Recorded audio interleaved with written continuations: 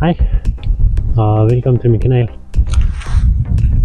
En lille sjov kanal omkring discgolf.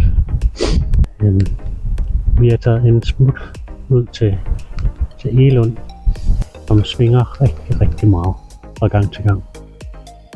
Men jeg håber, I har lyst til at følge med, og så må vi se, om vi går under par i dag. Prøver vi. Vi skal se, om jeg kan få slået min rekord på -6 her i Egelund. En 14-hullers bane, som er meget teknisk og træls. Men lad os komme i gang. Første kast.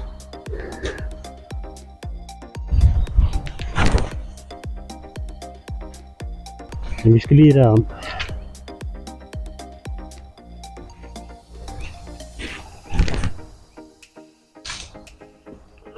Det er vist okay. Ja, som der lidt tæller på.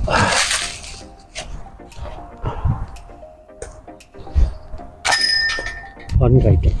Ja tak. Det var hullet. Så er vi kommet til 2. Lidt forskellige muligheder. Man kan enten vælge at gå direkte ned mod kurven, som er lige dernede.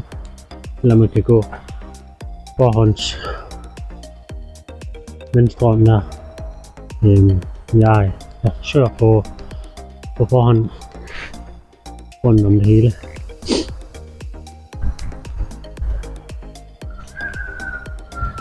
Og det er også en par 3.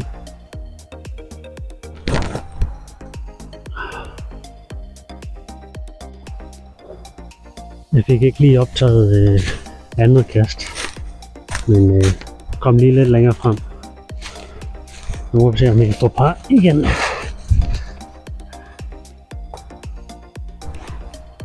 Og det kunne vi. Sådan. Hul 3. Par 4.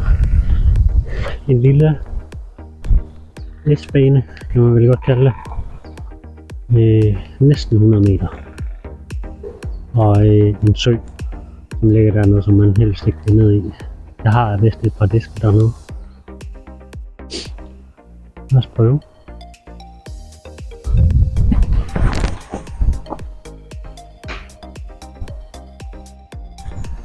Så I kan se, så ligger jeg meget tæt på OB. Så vi kan vælge at gå over søen her, men den er lidt for risky. Jeg vælger bare at pitche ud her, eller hvad man nu kalder det. Nu er vi kommet ned til den der S-curve. Vi prøver at se, om jeg kan være heldig at komme rundt om den.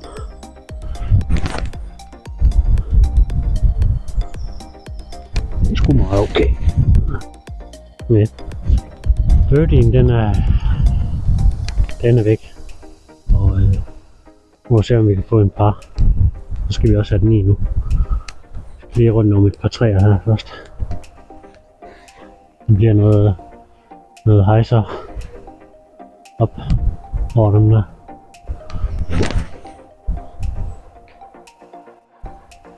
Og lige nede under den.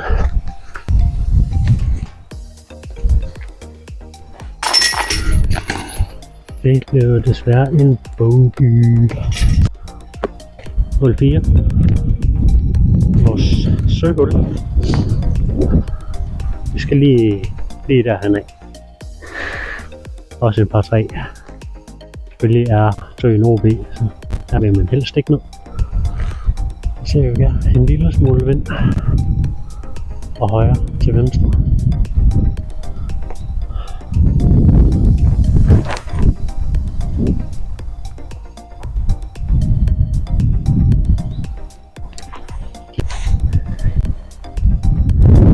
Lad os se, om vi kan få den birdie.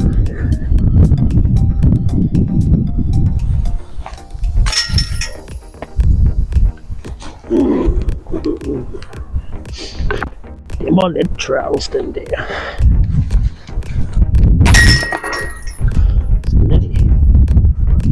Hul 5. Det er vist bare lige til en højre hånd. Ja, en højre hånd. En forhånd. Noget der skarpt til højre. Lad os se, om vi kan komme derned.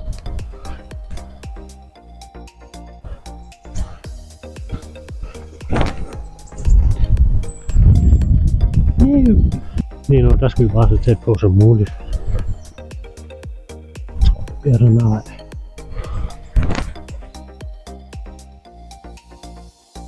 Der står det en par. Jeg ved ikke, hvor det er.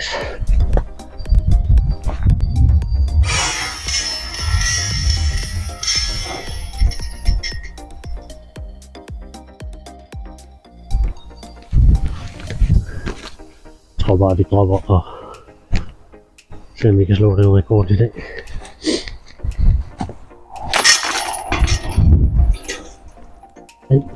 Hul 6. Også en par træ. Vi skal lige over det væltede træ derovre, og så lige er det 20 meter længere frem. Lige lidt til venstre dernede. Går jeg altså med min magle for den tørnet ind over. Plejer at gå. Nu se.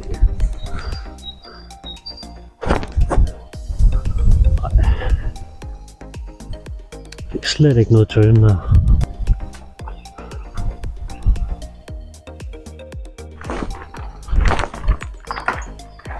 Ja, som jeg forventede. Som vi ser, så skal jeg lige igennem et lille gap her. Lad os og det er jo så for at redde min far. Lad os krydse fingre.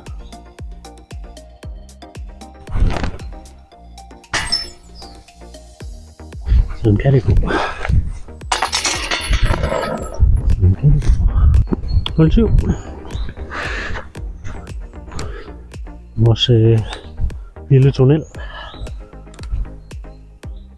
Lad os se, hvad den kan. Jeg vil helst gerne helt ned til kurven. Gerne i den også.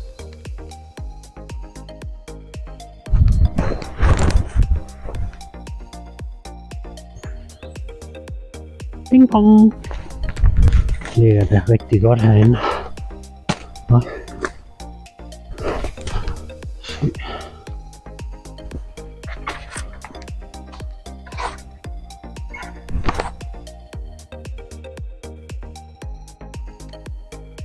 Sådan der.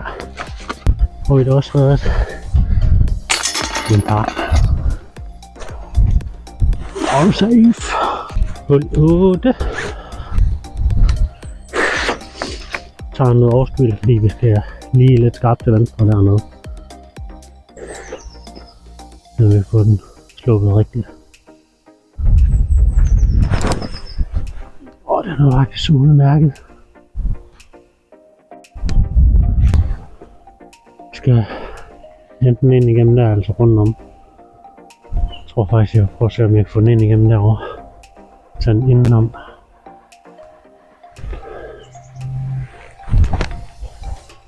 Okay.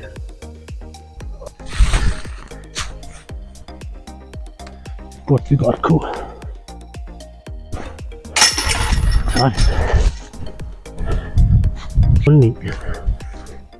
Vores lille øhul. Som vi gerne skulle kunne ramme.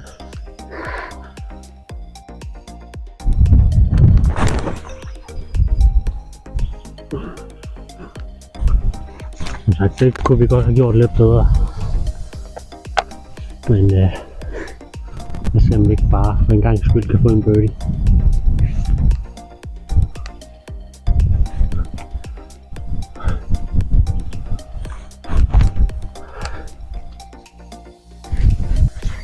Det er bare ikke i dag, vi skal have de birdies.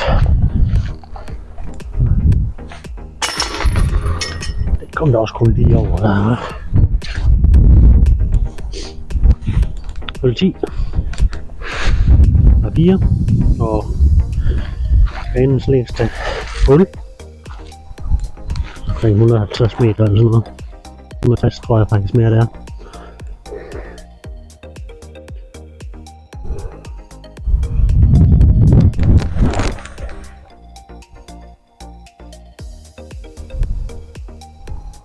endte jo rigtig godt, egentlig. Jeg ved ikke, om man kan se kurven derinde, men vi skal gerne lige ind forbi de der træer der.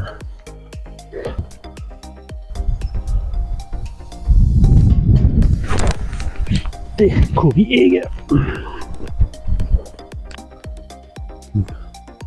Vi skal prøve.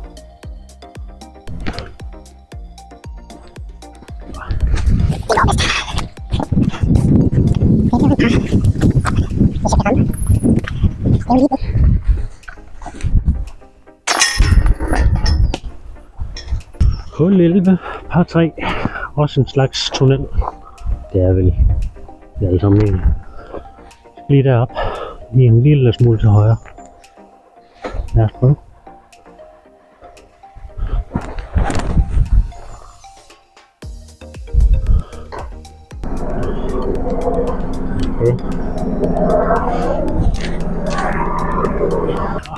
Må ikke vi kan redde vores kar? Eller om vi skal have flere bogies. Det kunne godt. Sådan. Hul 12 og den korteste bane. Hul. Korteste hul. Vi skal bare over og skarpt til venstre. En masse træer, man gerne vil igennem. Lad os se, hvad den kan.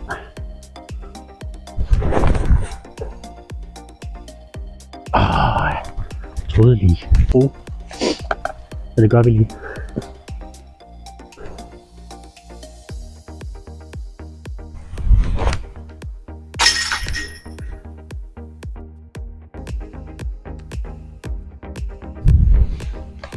Der var den fandme. Fandme ja.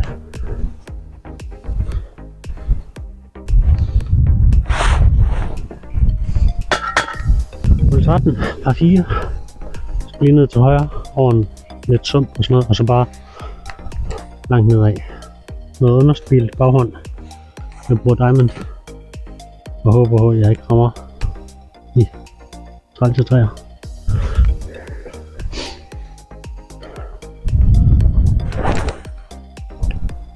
Den er faktisk rigtig god, den her.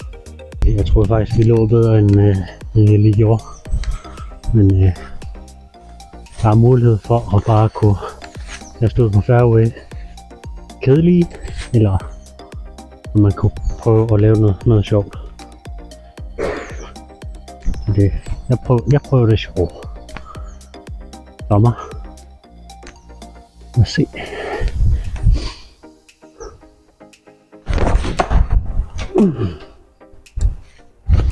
Nej. Nu prøver vi at spille lidt smart.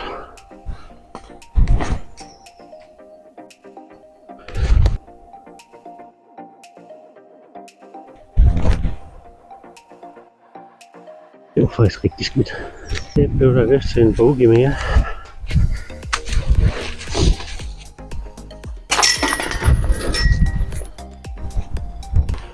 Hul 14. Banens sidste hul. Par 4. Det diskuteres, om den skal være en par 3. Men lad os se, hvad den kan.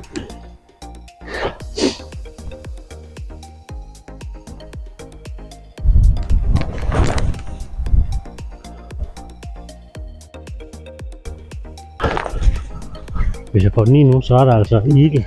Men jeg skal jo selvfølgelig gå efter den. Jeg tvivler på det. Jeg tvivler på, at den kommer.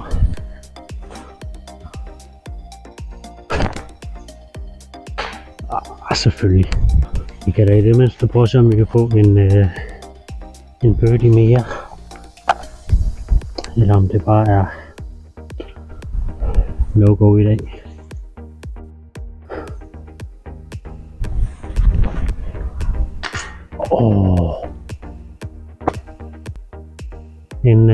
En par går vi efter nu. Eller som vi er vant til en bogey.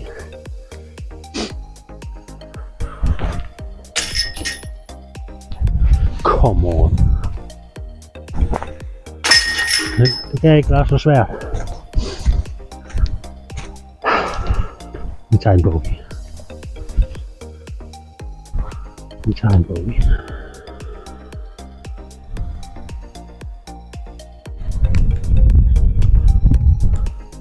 Ja, det var så Egelunds 14 huller.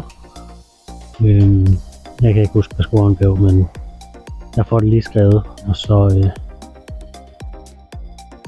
Og så tak fordi du kiggede med og havde lyst til at kigge med. Det ville hjælpe mig enormt meget, hvis du havde lyst til at like videoen og abonnere på min kanal.